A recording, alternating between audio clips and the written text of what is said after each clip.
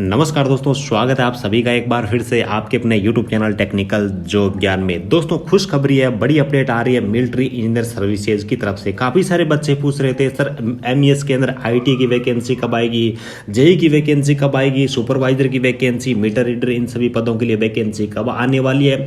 दोस्तों military engineer services की तरफ से ऑफिशियल नोटिफिकेशन जारी किया गया लेआउट रेगुलेशन स्कीम 2022, यानी कि 2022 में नियमित भर्ती आने वाली है।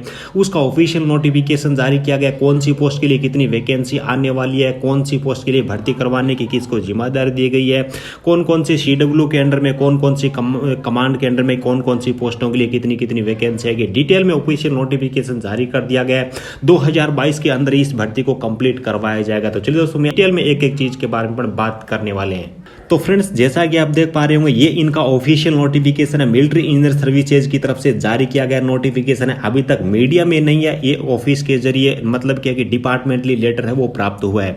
24 जून को ये लेटर आया दोस्तों। Director general headquarter military engineer services Kashmir house Rajaji मार्ग न्यू दिल्ली की तरफ से जारी किया गया, यानी कि हेडक्वार्टर मिलिट्री इंजीनियरिंग सर्विसेज की तरफ से वहां से लेटर जारी किया गया। लेटर किसको जारी किया गया, किन को लेटर लिखा गया, यहाँ पे देखिए chief engineer headquarter south command है, ईस्टर्न कमांड है, वेस्टर्न कमांड है, सेंट्रल कमांड है, नॉर्थर्न कमांड है, साउथ वेस्टर्न कमांड है। टोटल जितनी भी कमांड है उनके चीफ इंजीनियर को ये लेटर लिख करके इंटीमेट किया गया, बताया गया कौन कौन सी चीजों के बारे में। उन्हीं सब चीजों के बारे में बात करेंगे। देखिए distribution of vacancies for recruitment year 2022 में जो वैकेंसी है उनका डिस्ट्रीब्यूशन इन्होंने किया है। और ये जो मतलब क्या है कि कमांड है, इनके चीफ इंजीनियर है, इनको ये जिम्मेदारी दी गई है। डिटेल में अपन बात करते हैं। देखिए point number 1, recruitment section for the year 2022 has been accorded by the ENC, यानी कि engineer in chief. Distribution details of recruitment scheme for the year 2022 are enclosed as appendix C, यानी कि एक टेबल इन्होंने बता रखी है, उसके जरिए बताया भी, उसके अंदर हमने वैकेंसी बता रखी है। आगे देखिए point number 2, the nodal responsibilities for the recruitment section of 2022 be aside chief engineer northern command through outsourcing, यानी कि ये जो भर्ती है इसकी कंप्लीट जो जिम्मेदारी दी गई है इनकी मॉनिटरिंग करने का चीफ इंजीनियर नॉर्थर्न कमांड है, उनको ये जिम्मेदारी दी गई है। पॉइंट नंबर 3 देखिए, the recruitment section for the year 2022 is forwarded for initiating further action at your and, यानी कि आपके एंड पे आपको मतलब क्या कि इस भर्ती से लेकर के आगे के एक्शन लेने हैं। Recruitment section is based on the wasters vacancy reported received for chief engineer command. It is therefore request to intimate the process for recruitment 2022 after receipt of valid NAC। Point number 4 में लिखा गया, chief engineer command are request to further sub allocate the vacancies into reservation category by applying 200 point and 100 point reservation roster and further sub distribution the vacancy to their lower formation taking into consideration their deficiencies and critical recruitment, यानी कि इन्होंने लिखा है भी आपके जो chief engineer को लिखा है भी नीचे जितने भी मतलब क्या कि आपके CW ऑफिस वगैरह है, जो भी मतलब डिपार्टमेंट के निचले वाले जो ऑफिस है उनमें मतलब क्या कि वैकेंसी की डिफिशियंसी, यानी कि कहाँ पे कितनी कमी है और कहाँ पे क्रिटिकल रिक्वायरमेंट है, उसके हिसाब से मतलब क्या कि फर्दर आपको डिवीजन करके उनको मतलब क्या कि वैकेंसी मतलब क्या कि उनको जो भी स्टाफ आएगा उनको हैंडल करना है। मतलब क्या कि जहाँ पे ज़्यादा कमी है उनको ज़्यादा स्टाफ देना है, उस हिसाब से क्रिटिकल रिक्रूटमेंट के हिसाब से वैकेंसी का आगे आपको और डिस्ट्रीब्यूशन करना है। चलिए उसके बाद में आगे इन्होंने कुछ चीज़ें और इंपॉर्टेंट मेंशन कर रखी है, उनके बारे में बात कर लेते हैं। देखिए the responsibilities of providing question paper shall be similar to the processing adopted for recruitment cycle 2015-16 2016-17, यानी कि क्वेश्चन पेपर है उसके बारे में जितना भी कंप्लीट प्रोसेस है 2015-16 और 16-17 की जो भर्ती थी उसी के हिसाब से आपको करना है। पॉइंट नंबर 9 देखिए, the schedule for the exam shall be similar to recruitment cycle 2015-16 16-17, यानी कि रिक्रूटमेंट का जो शेड्यूल है मतलब क्या कि कंप्लीट भर्ती उसी हिसाब से होने वाली है। 2015-16 की जो भर्ती थी उसी हिसाब से the crucial date of determining the age limit of the candidate shall be the last date of receipt of application, यानी कि फॉर्म भरने की जो लास्ट डेट होगी वही मतलब क्या कि एज काउंट करने की डेट होने वाली है। और भी काफी सारी चीजें तो वैसे इन्होंने बता रखी है, लेकिन इंपॉर्टेंट चीजों के बारे में बात करते हैं। पॉइंट नंबर 11 देखिए, इन्होंने वही चीजें बता रखी है भी सभी भर्ती पूर्ण भर्ती है वो 2015 और 16-17 के अंदर उसी हिसाब से होनी है।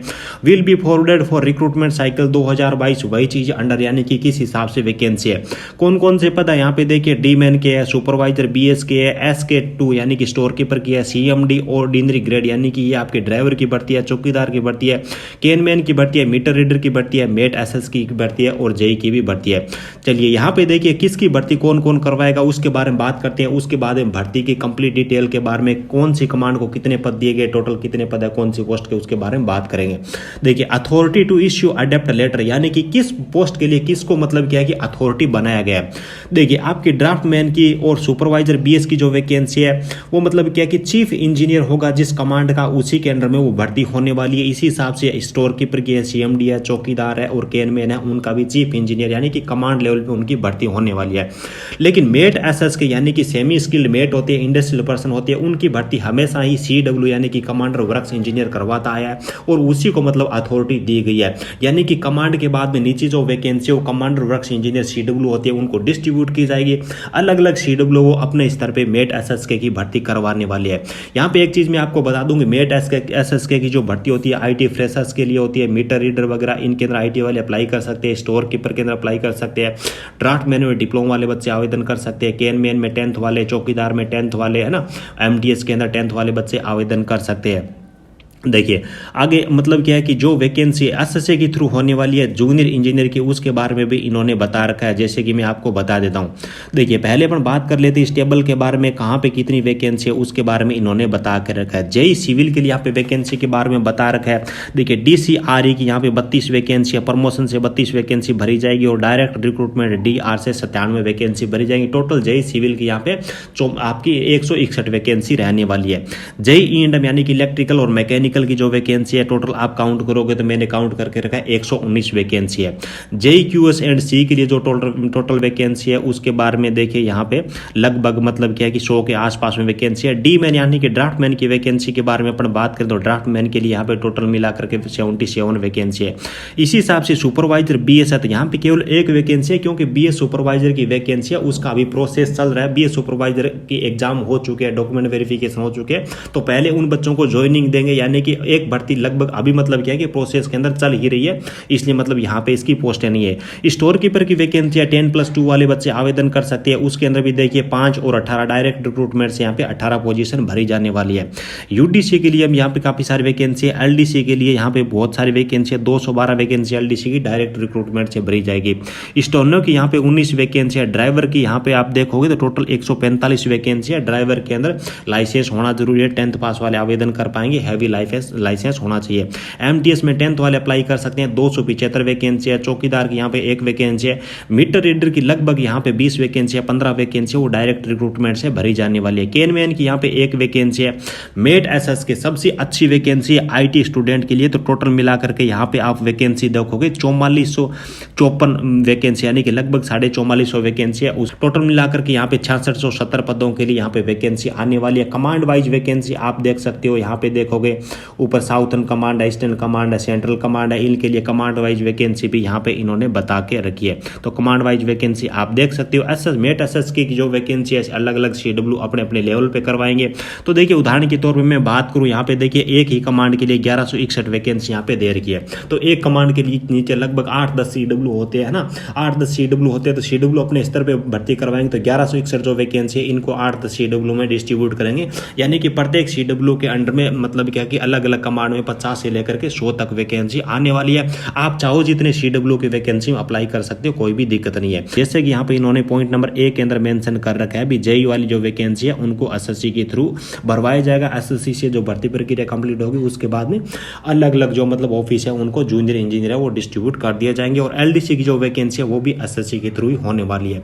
तो ठीक है, तो मेरे हिसाब से आपको सारी चीजें दोस्तों अच्छी तरीके से समझ में आ गई होगी। बहुत ही अच्छी अपॉर्चुनिटी है। 10th पास बच्चे हैं, 12th पास बच्चे हैं, IT पास बच्चे हैं, जेई के लिए डिप्लोमा वाले भी आवेदन कर सकते हैं। जितने भी MES के अंदर वैकेंसी आती है, अच्छी बात है कि फ्रेशर्स आवेदन कर सकते हैं।